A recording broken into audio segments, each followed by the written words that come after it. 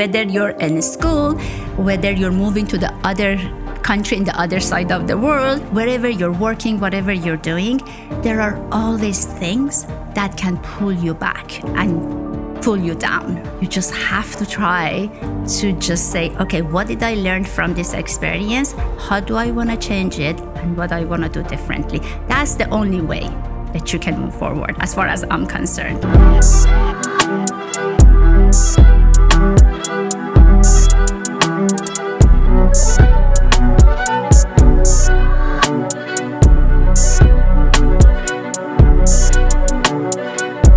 Are you thinking to start your business? It's possible. You can do it. Is it easy? No. But if you surround yourself with the right people and put yourself in the right environment with the right culture, it is possible. For that reason, today I have Shanaz Hemmati in the studio. She is the COO and the co-founder of ZenBusiness. ZenBusiness helps entrepreneurs like you to start, run, and grow their business. But in order to do that, you have to be fearless, passionate, and ethical. Shanaz, welcome to the show. Thank you. Oh my God, you don't know. I am so happy that you are here because we are about to learn so much about you and what you do and your journey. It's so fascinating. We talked, off camera a little bit during the lunch. I learned so much, but you got so much more to tell the audience. So, Shanaz, how you start your journey as a female entrepreneur? What got you today to do all this amazing stuff that you do right now? Thank you. Again, thanks for having me. It was a great lunch too, by the way. Yeah. Thank you.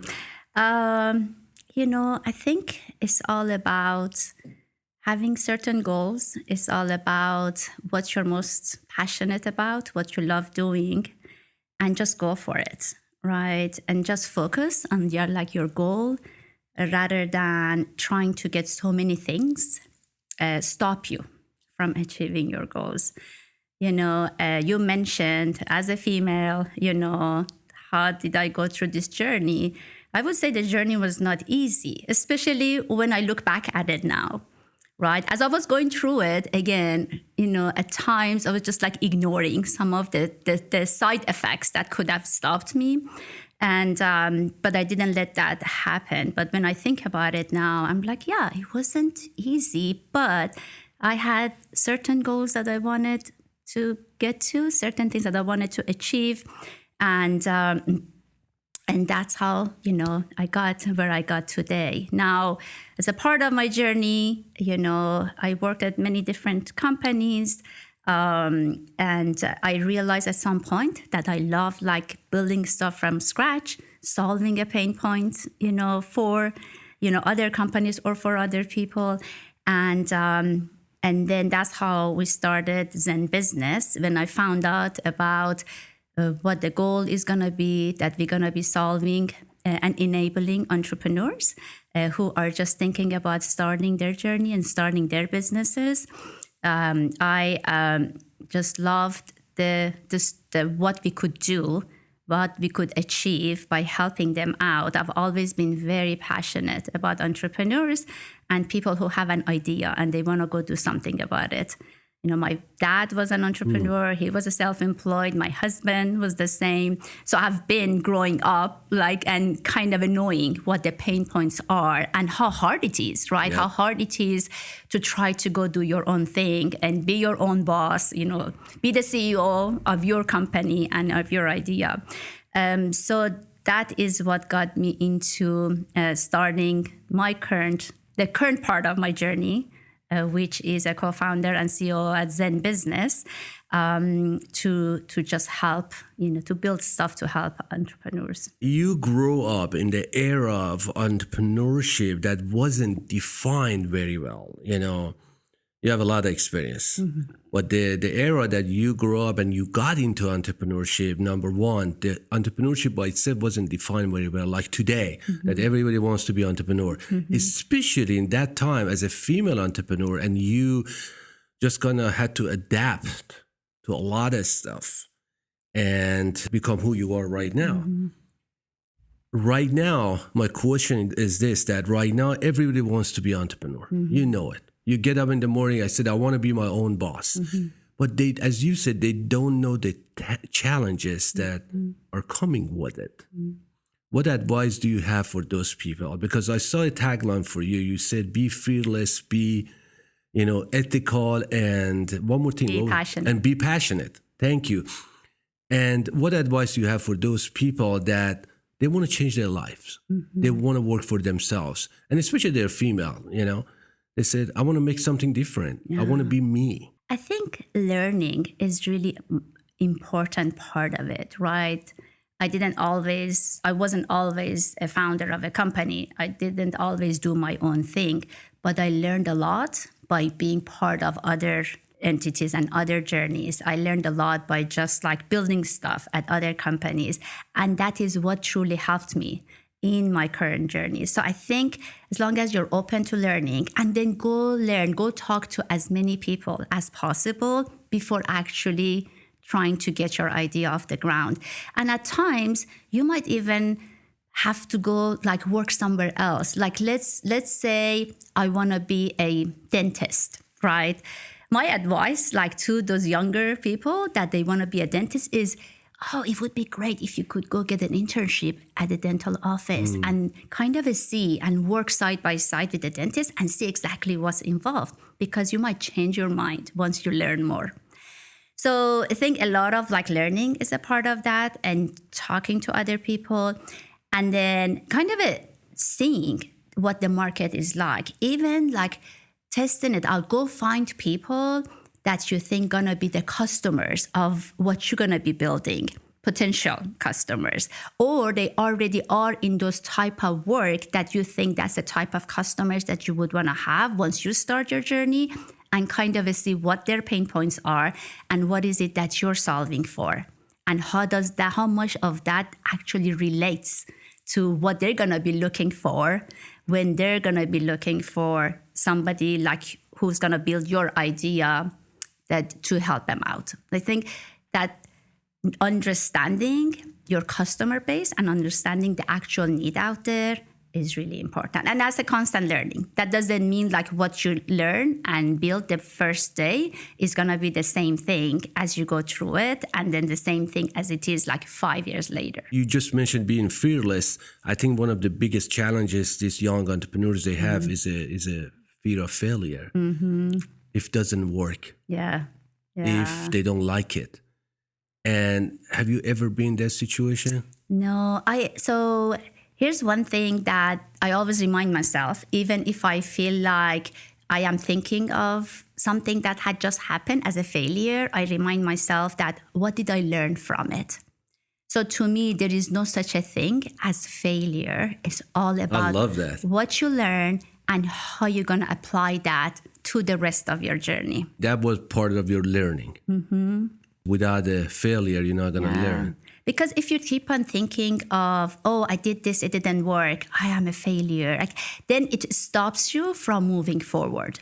So many things happen in life. Every day, every month, every year. Morning, especially right now. Every part of your journey, whether you're in school, whether you're moving to the other country in the other side of the world, whether, you're doing your education at the college, whether you get your first job, wherever you're working, whatever you're doing, there are always things that can pull you back and pull you down, right? You just have to try to just say, okay, what did I learn from this experience? How do I want to change it? And what I want to do differently? That's the only way that you can move forward, as far as I'm concerned. Because if you're just staying in that, then it's just going to drain you. You won't be able to move to the next step. You'll be exhausted. And then, we all have passion. We all have passions to do things. I have a passion for people, and you have passion for some other stuff that you just mentioned. But how do you define passion? Passion to me is something that makes you happy. Something that energizes you. If I wake up in the morning, I can't wait to go do what is it that I'm passionate about and I love doing. As they say, like do what you love and you never work one day in your life, right? So that to me is how I define passion. I really love doing this. I really am enjoying sitting here and talking to you, right? It energizes me and it gets me to the next step of my journey. I think that energy that you get from doing what you love and you're passionate about is what's going to really help you move to your next step. But passion without action is not going to work. No. I mean, so I agree. Yeah, I'm just You saying. can't just sit here and say, I am passionate about, building this video. And I'm like, okay, what am I going to do next to solve it, right? And you said, it was great. I love how you said that, because there are times, and I remind myself of that too, is if you come to me and you just talk about something that's not working well, let's say something in the world, something in the city, like whatever it is, and just keep on complaining about it, my question to you is, what are you going to do about it? If you're so passionate, then you can't just sit and think about it and talk about it. You have to take an action. Most of us, we do that, honestly, We keep talking about it, what we want to do, what we are passionate, what is our vision, what we're going to do, but we're not taking action. You can't lose weight or get into good shape if you don't want to go to the gym. You can watch, workouts on the YouTube. You can, even talk to a trainer. But at the end of the day, you got to do you. It all comes back to you. And you have talked to so many people that they're going to enter the entrepreneurship world. And actually, some of them, you talk to them, as even investors, that they have ideas, but the one question I know you will ask them, what is your vision? How important is a vision? Well, you have to have a vision to know what are you solving for, what are you building, and how you're going to be solving a pain point. To me, that is vision. And a vision can't be, by tomorrow, this is what I want to accomplish. It needs to be kind of a longer term. And what are the steps that's going to take you from here today to that ultimate vision that you have? Without a vision, what is it that you're doing? This is what I hear a lot again. My vision is to make a lot of money. That's not a vision. I'm serious. That's a goal. I hear that. That's not a vision. I'm serious. I asked the guy and he said, yeah, this is my vision. I vision that I want to make a lot of money. I have a successful company. And sometimes they don't know what they're going after. What the vision is not just, that's the goal, and goal without the action is just a goal. That's true. Yeah. And you can't do anything. Yeah. You're just going to have a plan and have that blueprint. And I know you helping with the entrepreneurs, with the startup, with your business to give them that blueprint. What is the process on that? If somebody comes to you right now and say, Shanaz, I need help. I want to go to the market and this is my idea. I want to establish my business. How you do that? So I think, what is your plan? Like, what is your goal? What is it that you're solving for? What is the available market, that you're going to apply this to? Have you done any surveys? Have you done any interviews with those type of customers that you're envisioning that you have, that you truly know this is going to solve a pain point for them? Because I think sometimes what we might be getting stuck at is what I think is going to solve your problem as my customer versus, no, what is it that you're telling me that is your pain point that I'm going to go solve for? So having that clarity is really important. And then having that plan, thinking through it and kind of a step by step. And, are you going to bootstrap it? Are you going to do fundraising? Because all of that makes a difference too. It's like how you want to go about starting your journey and building what you want to build. What is and I don't want to say a long-term plan, right? Because plans change all the time. You have to keep on pivoting depending on what you're learning. That's so important. So it's more about, okay, what is the long-term vision is good to have, and you can always change it. Nobody says that's because you have a long-term vision, you can never change it. You can constantly update it. But for that long-term vision, what are your shorter-term plans? It's like how to get there. What is the next thing I want to achieve? And sometimes the order of doing things also, I think, is important, because sometimes you might be jumping into something that you need some other like kind of a prerequisites to be able to get there. But then because you're moving so fast, you're thinking so fast, and at times, it's interesting that you mentioned, like people say, oh, I want to make money, I want to be rich, right? We are not patient at times. At all. And we feel like, and I see it in a lot of like younger generations too, which I love. I love talking to them because I always learn so much from them. But they are so impatient. They think, I am 30. I should have already had accomplished all these things. Yes. I'm like, what are you talking about? I am 62 and I still want to. Oh my God, you shouldn't say your age. Cut. So that patience plays a big role too, right? I can't just, or sometimes people are not patient enough and keep on jumping from one thing to another. Don't give it enough time and attention, right? And sometimes that might come from the fact that they didn't have enough love and passion for that. And they thought, this is a quick thing for me to get rich, or this is a quick way for me to do this or do that. Versus, because if that's the case, and you don't truly love it, then it's if it works, oh my God, I would congratulate you.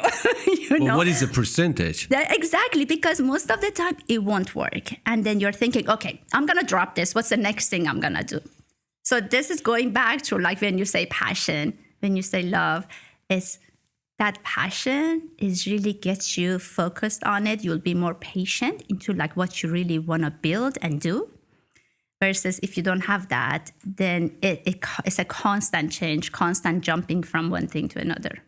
At the end of the day, we are in the people business. We talk about that often. How important is the character of the person that comes to you and asks for help? And I know how you operate, how you work. You care about people so much. You have a tremendous love and passion for helping people. And the character of that person, what role is playing? Like, how important is that to you? Because you might like the product. It happened to me. I really love the product and the technology. Yeah. What the founder was such in it. Yeah. It's just, I couldn't do that. How important is that, the character? Very important. In some cases, I have really put my time and helped out as much as I could, where I could tell that founder was super motivated. They loved what they're doing. They truly believed in their vision. What is it they're solving for? Very humble, no ego. They would just take feedback. They could come back with the right questions. Like, it's a combination of things. But I think as a founder and as an entrepreneur, like, it is a great characteristics to be able to listen to so many ideas, to so many feedback, and then making a decision from that. But be very open. You don't know everything. I don't know everything. Nobody knows everything. I think just like understanding that part will play a big role, because a lot of times we think that, I know exactly what I'm doing. This is my idea. All I want you to just answer a question or two. Then it's irritating. It's not that you're really serious about learning from this person or serious about, that conversation. If you already know it, then why are you even talking to me? Exactly. And I think that shows up a lot in your conversations, with the other person. Especially maybe those of us that have been around for a long time, I've talked to so many people. I have coached and mentored so many people as you do. And when they come to me and they ask, I have this idea, I have this challenge. The first thing I always ask, are you open for criticism? Are you open to take the feedback? If you're going to get mad, you're going to get pissed off, you're in the wrong place, buddy. It's so true. Because if we're not open to them, we're not straightforward as the people that we went through this, we suffer. Like if somebody sits with Shanaz and asking Shanaz for her feedback for this startup, how to go to market, what technology should I use, how even structure my business, what is the qualification of the co-founder, you're giving them 40 years of your experience. And I know sometimes you do it for free. Well, a lot of times. Yeah, a lot of times. You can't lie to me because I know you. And this is amazing that people do not understand the value of that time and what they can actually get. Like you can absorb it like a sponge. They, as you said, they're not patient. And they say, it is what it is. This is my idea. And the worst one, Shanaz, I want you to sign an NDA. Oh, dear Lord. Are you serious? Have you ever had that? I have not gotten much of that. Oh, my God. I had a couple of them said, oh, dude, this conversation is over. Do you think I can go and copy your... See, I wish I could be as straightforward as you are. I can't. I have to be like... saying it differently. You know, if we're not really open and straightforward, we're not going to help them. No, you know, part of like, I love helping out. I love the mentorship sessions or advising sessions, like whatever you want to call them. And the reason I love it is because of the satisfaction. I am selfish in that regard. The satisfaction I get back from it, because how I think about that is, if I can answer one question, and again, this is where the other side is really there to like learn and maybe apply from our experiences. Yeah.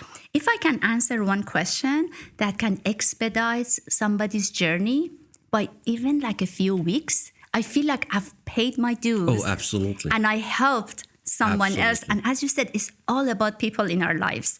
I always say everything I've been able to accomplish, every event that happened in my life and all the ones for the better, whether it was a failure or not. Again, like I don't categorize anything as failure. To me, it's all learnings. It was all about other people. There were other people that played a role in that for me. So that's why I'm like, how can I play a role for everybody else? How can I have an impact? And that's where I feel like I can have an impact. It's like, as you said, I've been through a lot, you know, it's been 40 years. And how can I help others, you know, with what they're going through? Because it's not easy. It is not easy. There's so many things that I wish I knew when I was going through my journey. There's so many things I wish somebody had told me. And these days and today, everything that's available these days was never available as we were going through our journeys. We had to learn it really hard. Where was the Facebook? And I know right now it's like information overload, but still, there's just so much out there. There's so many people like yourself that are willing to give their time and help out any which way you can, especially when you know that you can make a difference or you can have an impact with that founder, you know, with that entrepreneur, with that business, with that idea. So it's just so much that, you know, people can take advantage of. And I am taking advantage of my time with you because I'm like, oh my God, I'm learning something new. You know, from Ramin. Same here, yeah. This conversation was like super helpful. I walk away and I'm like, oh my God, I'm so glad I had that conversation because then that made me think differently about what I was going to do. So even when it comes to, again, what like people might categorize as failure, just go talk to someone. Because that conversation will in a lot of cases, will completely put you in a different place, where then it helps you move forward. I'm so happy you mentioned that because I always tell everybody, you don't ask, you shall not receive. You have to ask. This is a problem we have. We don't want to ask and we expect everything. It's not going to work, you know, instant gratification. I need this right now. You got to give it to me right now. It doesn't work. Like when we grew up 40 years ago, like I've been here for 30 years, we had something that we don't have right now. We gain and we lost. I think we lost that human touch. This is, I am seriously, from bottom of my heart, I'm saying that we lost that human touch in our conversations. We become like machines. We become like, I want to give you this, what you're going to give me that. As you said, we don't go out there and say, Shanaz, I need your help. Can I talk to you? And he said, I'm open. Talk to me. Let me see what I can do for you. And then you give me your advice and it's my choice to run with it or not execute in it.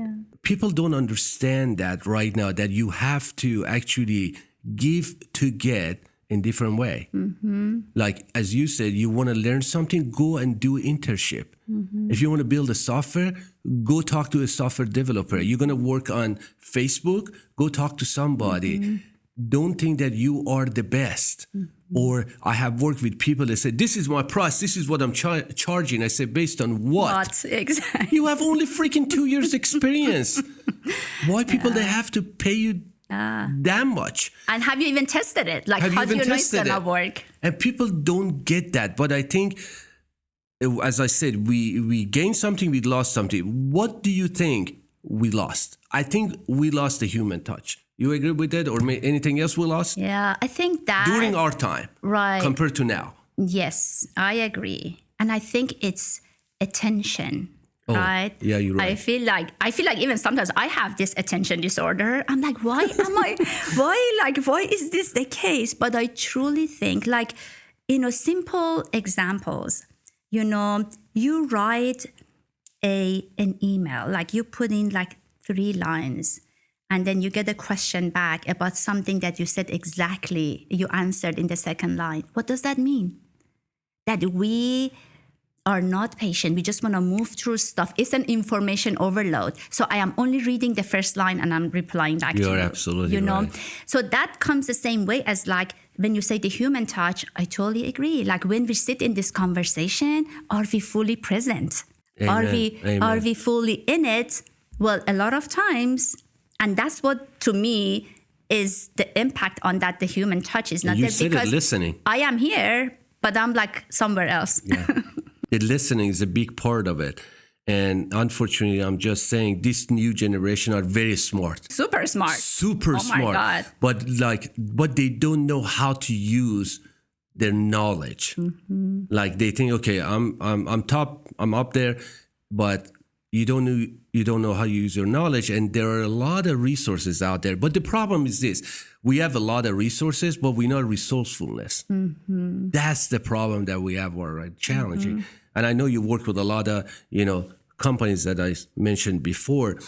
And one of the biggest challenges, number one, you see? Just like, as far as like running our company? Yeah, as far as talking to other companies that come to you and they need help. So we see that really, like, education and learning is a big piece of it, because, like we've already talked about this a little bit, people like make a decision and they immediately jump to it and they get stuck. They don't know where to go from there. Wow. They don't know, like, okay, if I'm here, what is my next step, right?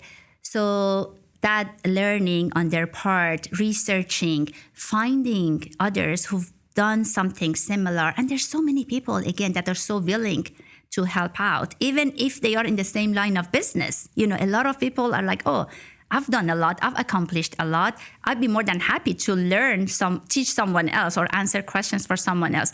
So I think that getting maybe stuck and not knowing exactly how to go to the next part of their journey is sometimes a challenge. And then having the resources, I think at times is a challenge too, not knowing where to find those resources.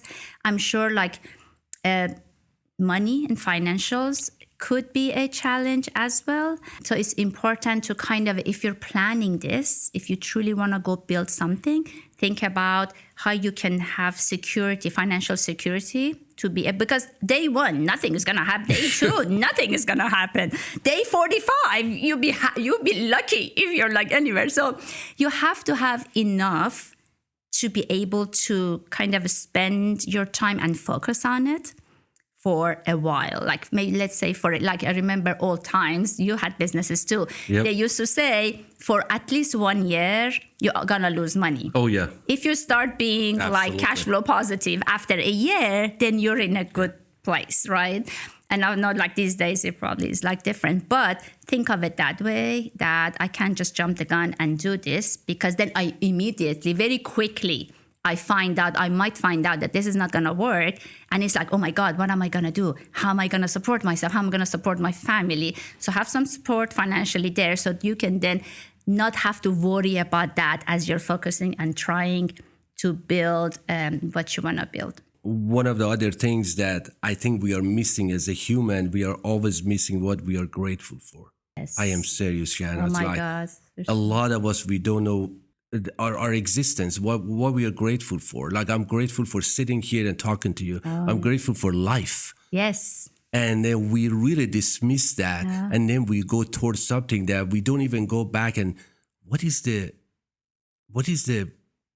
reason of my existence? There's so many things. Oh my God, I love this conversation, Rami. I am serious. And You know what I'm grateful for? what you're grateful? I'm I was grateful going to for the clean water that I have, that I can drink every day. I'm grateful. Just the simplest thing. I'm grateful that I have a place that I can go sleep in at night. I am grateful that as a woman, I can just walk, I can drive.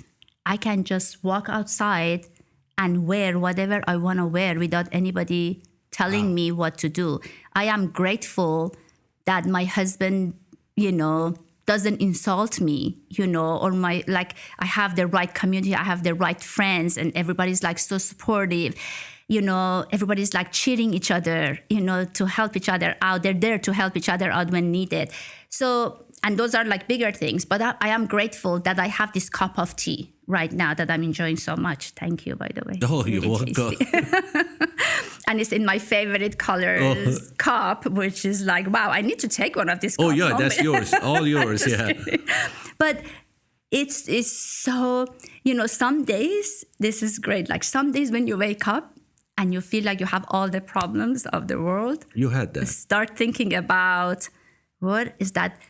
When I think about it, I'm like, you know what? I really consider myself to be one of the luckiest people in the world because of everything that I have and I am in. Again, the simplest thing is like I have clean water to drink every day. So many people in the world don't have that.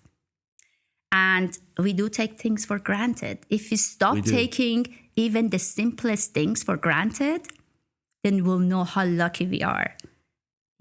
Just look at the rest of the world. There's just so much going on. And those problems are not getting any smaller. They're getting bigger every day.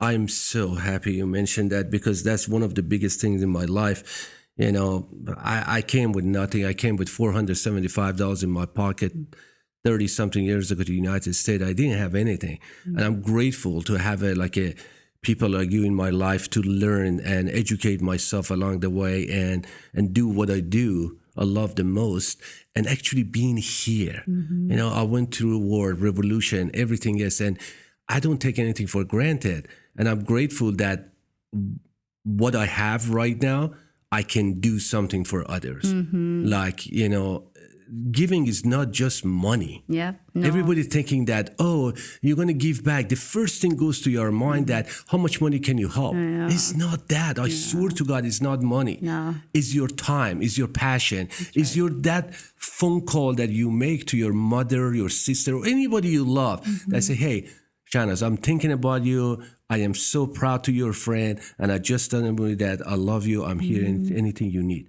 That's the biggest thing you can do. But most of us, we don't do that and we go for shiny object. We have a shiny object syndrome. Anything is shinier, we're going to go toward that. And we're going to destroy ourselves to get it. Destroy our friendship, our relationship, our career, to go get that object. And then we get it and we say, now what? Now what? Exactly. Now what? And then a week later, they say, you were diagnosed with a cancer. And you lose it all because we can't take anything, Shanaz. Nobody. I cannot take it. You cannot take it. But you know what we can take is our name. God rest Rami's soul. He was a good man. He helped so many people. Yes. It doesn't matter what you have. Is you can help with what is already yours. That's your time. Yes. That's your generosity.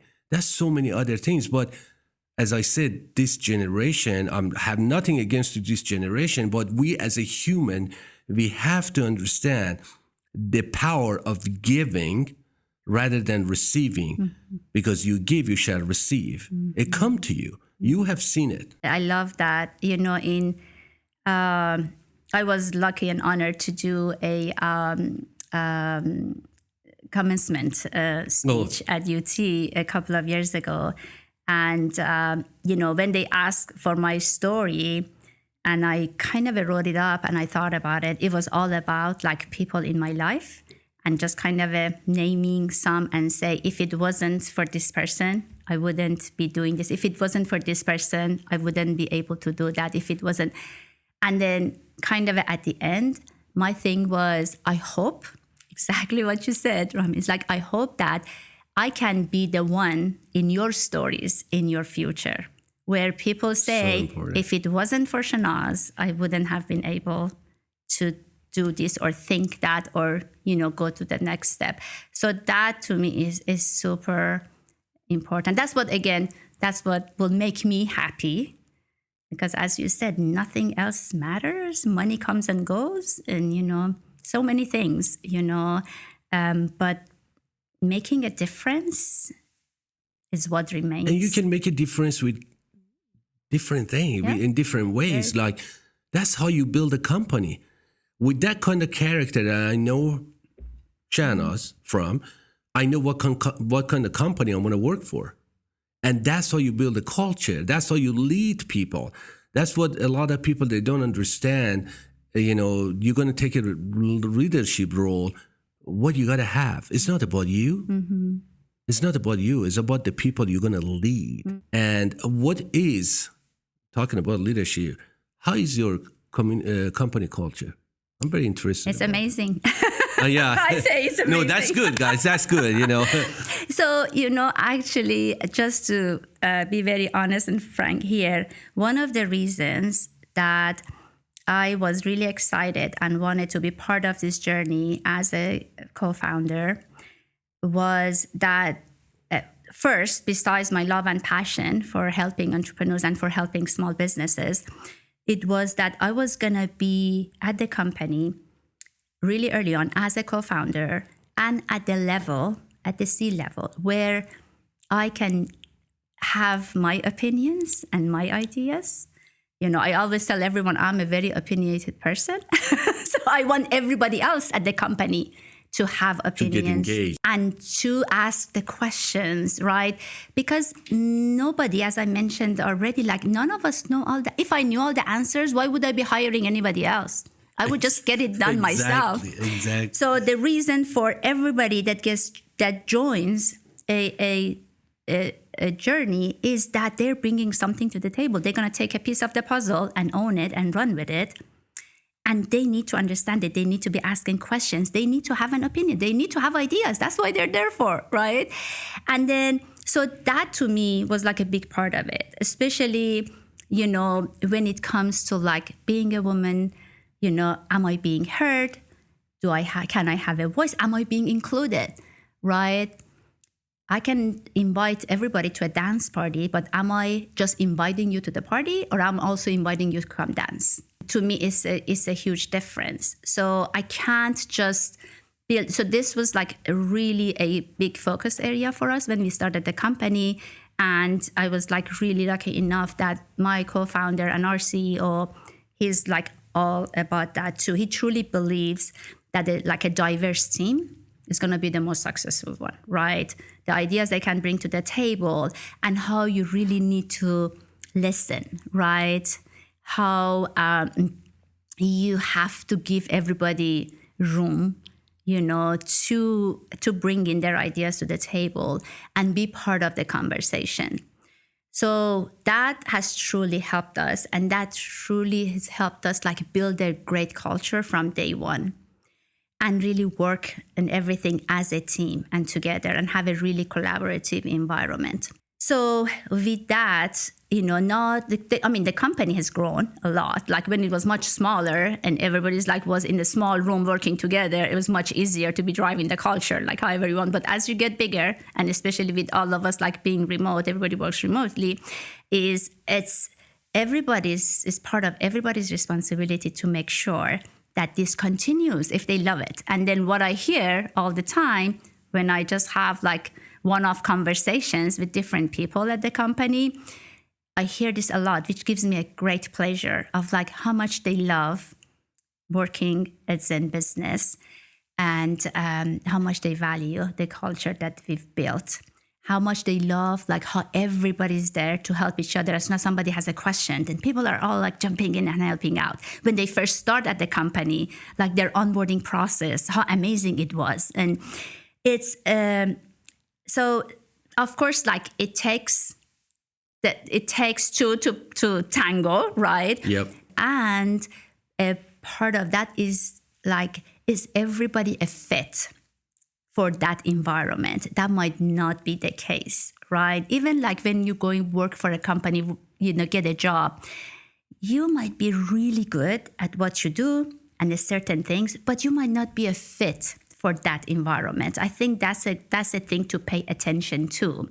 And it's not that, oh, you're not smart, you can't do this. It's more about, is this person a right fit and a good fit for this environment with the culture that we've built and we would like to accomplish. So, like part of like, I can just give you like a couple of examples of like what we've been able to accomplish at ZenBusiness. Please do. So over 45% of our employees are female. I don't know if you've ever heard that from, I haven't heard it from any other company. Are you serious? And we're over like 400 people. So yes, and then on the management side, it's also the same percentage that are women. So this makes a huge difference, right? I know. Why? So here's the why that I had never actually looked at it this way until somebody pointed it out to me, that when there are other women in leadership, that is an encouraging factor for others to want to join, to want to be a part of that. Because, for example, they see, 3 of the C team members are females, or, the SVP of engineering is a female, or the VP of marketing is a female. It's an encouragement to the other females who have those expertise and love to join a journey, and they just see it differently. They look at it differently, and maybe part of it is that we believe that in such an environment that I feel more comfortable about who I am, what I'm gonna do, because I see others that are at those levels or higher levels that are similar to me. You give them the power of be visible. Mm-hmm. And this goes back to, I think, you, because as a co-founder, as a female, with the vision that you have, that if I can do it, you can do it too. You open the doors and you kind of open doors for anybody, not female or male, but you said 40, but 45%, that's huge. I never heard about that. I didn't know that until right now. I'm very proud of that. And that's really amazing that you kind of changed the face of, I think, at least in your case, is your company, the role of female in business, that they can do it. They can do it. How you maneuver personally in that environment 40 years ago, it wasn't like right now. No. It wasn't. And I don't think so. I tried to ignore a lot of things and just like run toward my goals. Yeah, it was hard. Difficult. It was like, even just like being in engineering school, I think from like a class of like 100, there was only 3 or 4 females, right? Then later on, like starting my job on the technology side, it was mostly men. I was, at most of my career, I was around the table with my peers who were all male dominated. And it was hard because so many times I felt like I just had to raise my voice to be heard, And you didn't? And I had to work much harder to prove myself, or I had to work much harder to really get people's attention. Why? I think because we have our biases. No, why you have to prove it to them? I think a lot of people have to do that, right? Where they're like at a new company or at a new job, or they're just starting, or in an environment that nobody knows them. You just said it. I was waiting for you to say that. No.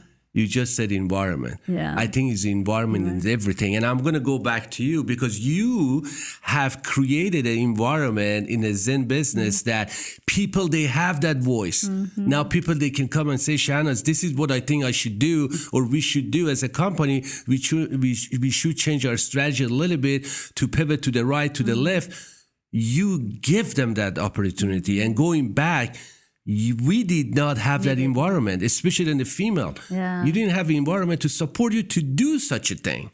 That's why you couldn't do it. Am I right? Yes. It wasn't you. Next time somebody asks me that question, I want you to answer it. I'm serious. You're so right. It wasn't you. You are so right. It wasn't you. It was your environment. That's true. Like that's what it's. You just said it like not long ago.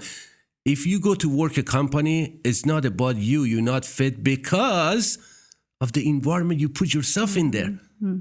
That's true. If you hang around with 8 idiots, you will be the 9th one. That's true. I'm serious. If you hang around with 7, you will be the 8th one.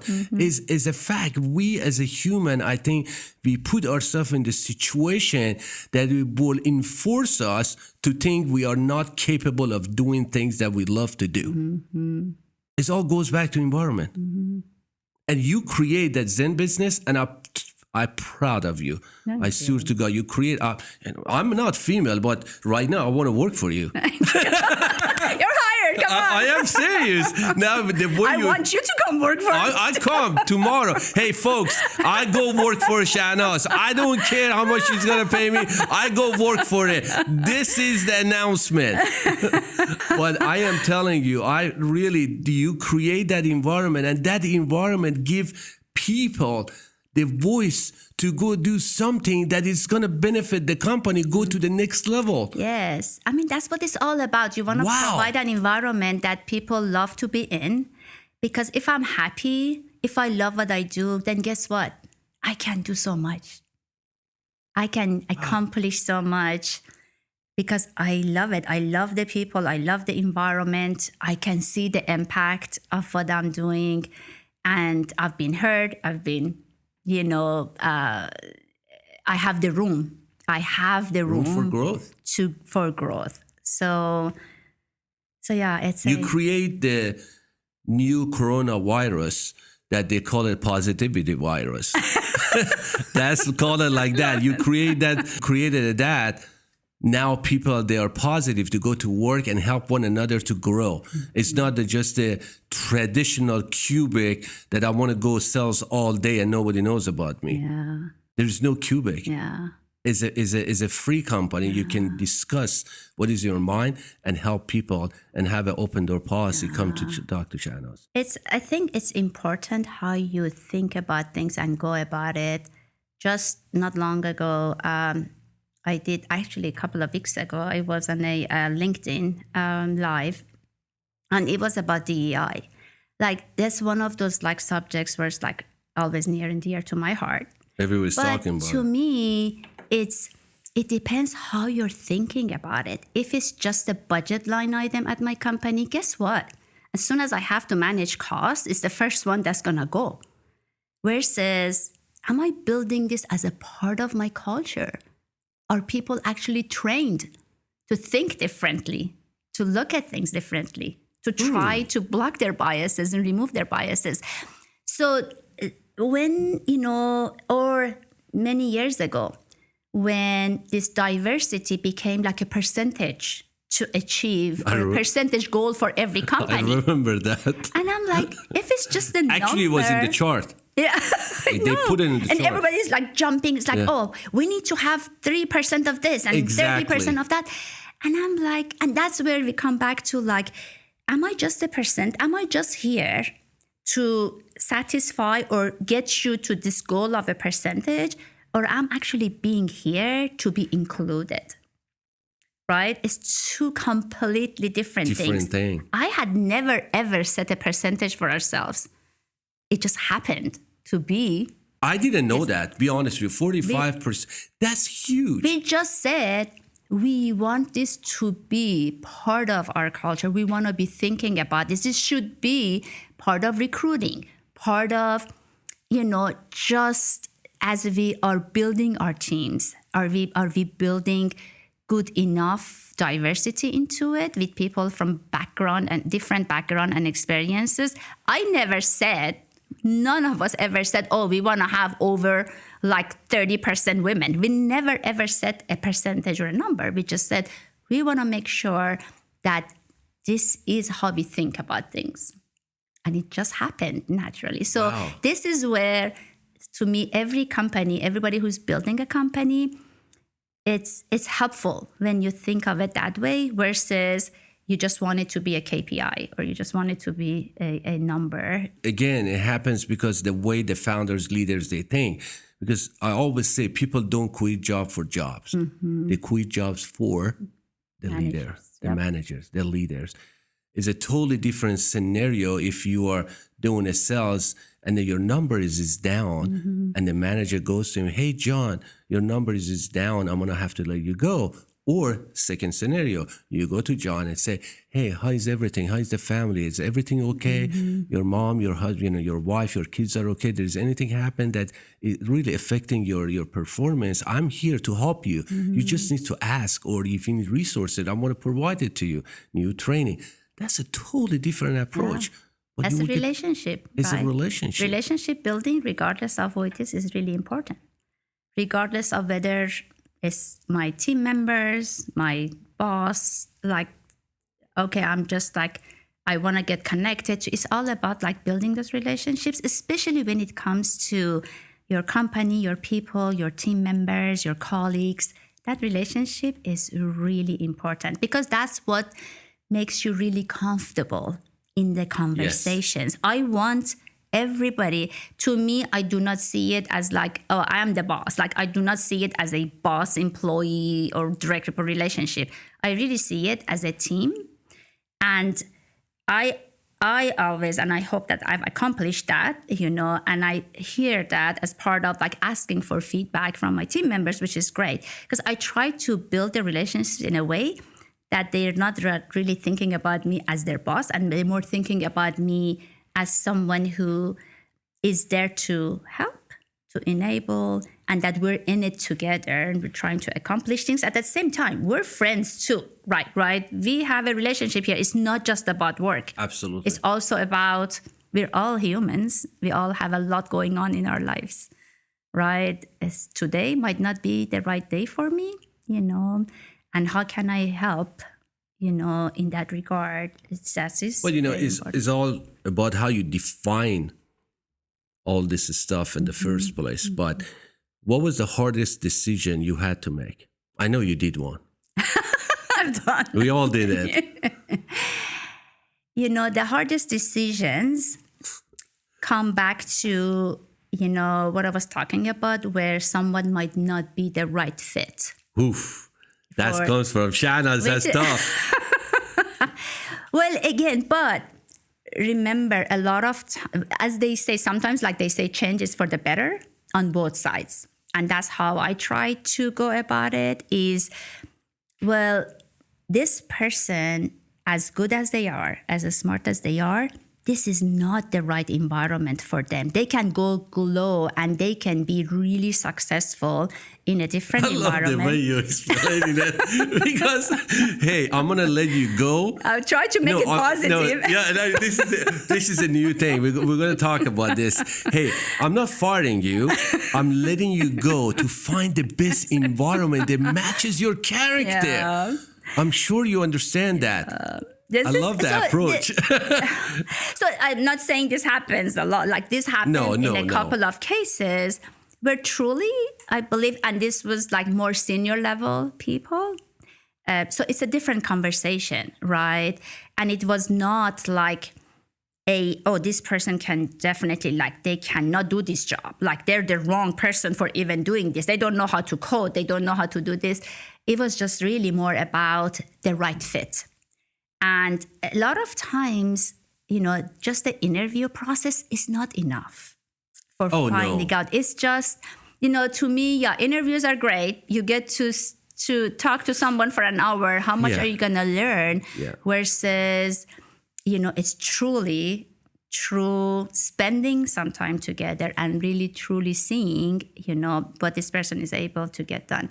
And then at times, then those were hard decisions because I truly believe that this person is super smart, is really good. You actually but helped them. And that's like, You really helped and that's them. what ended up being. Yes. I remember one case where I actually You find had a this job person, for it. No, this person was at the same company, but I helped them move to a different role, which he did not like at all to begin with. But then in 3 months, he came back to me and he said, I am so glad we did this. I love what I'm doing right now. I'm like, I am so glad to hear that. But day one, he kind of was like, well, I don't know. I don't think I'm going to like that. And I'm like, just try it. Just give it a little time. But I think you'll be really good at it. And that's what happened. That's a good decision because you put them in the right places. We call it in the restaurant, aces in places. That's a good one. You just put the aces in places, which it works. You got to put the right person in the right environment and they will shine. Yep. They will shine. But, what you have done, Shanaz, is amazing. What you have built, your vision, your mission, and where you're going. What is the future for you? What Shanaz wants to do? Okay, the business is running. You're doing fantastic. Employees are happy. What Shanaz wants? That's what I want to know. I mean, really what gives me great satisfaction these days is how am I able to help others with their journeys. To me, that is my biggest energizer. That's why I try to make time as much as possible when I get a ping or a message from others. If I feel like I might be able to help, right? There are cases where you're like, well, I don't know if I can really have an impact or help this. But this one I might be able to. So that would give me the greatest, because I'm at that point in life. It's like, okay, well, how many more years, am I going to work again? Like I have a company. I love what I'm doing. And, but at the same time, it's like I've already had a long journey. And luckily, I am at the point where I am able to give back some. How do I want to give back? How do I want to support some of the initiatives that I feel like they're going to have an impact in this society, in this world? There's so many problems to solve for. And it seems like problems keep on growing. They're not getting any smaller. So there's so much effort that goes into that. And it's like, how can I, as you said, when I'm no longer here, how am I being remembered? Your legacy. And that is super important to me. Yeah. And at the same time, just like I love people. I love, you said connect. I love connecting people too. I love getting together with my friends, with family, with my social circle. That's what energizes me. I feel like I'm constantly learning and I love that. I don't think that ever stops or that should ever stop, You.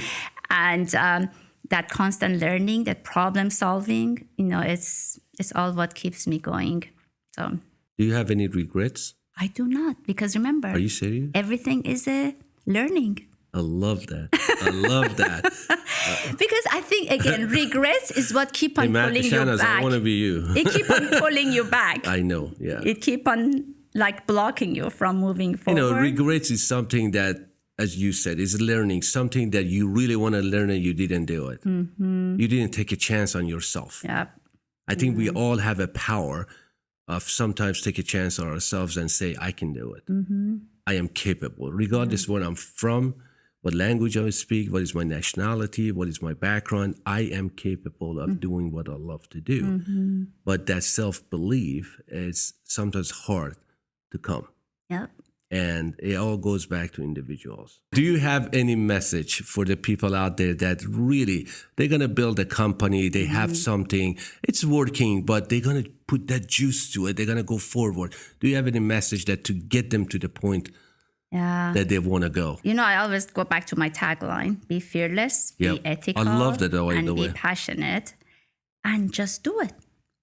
Just do to it. me, Nike, just the best tagline. do it is what you have to lose. Don't think about it too hard, because it's also one of those things is if I really want to do something, for as long as I haven't done it, I keep on thinking, oh, things would have been different if I had done that. So if you truly love something, if you truly want to do it, go try it out as soon as you can, right? There might be so many other factors that you need to have in place in order to be able to support you into doing it.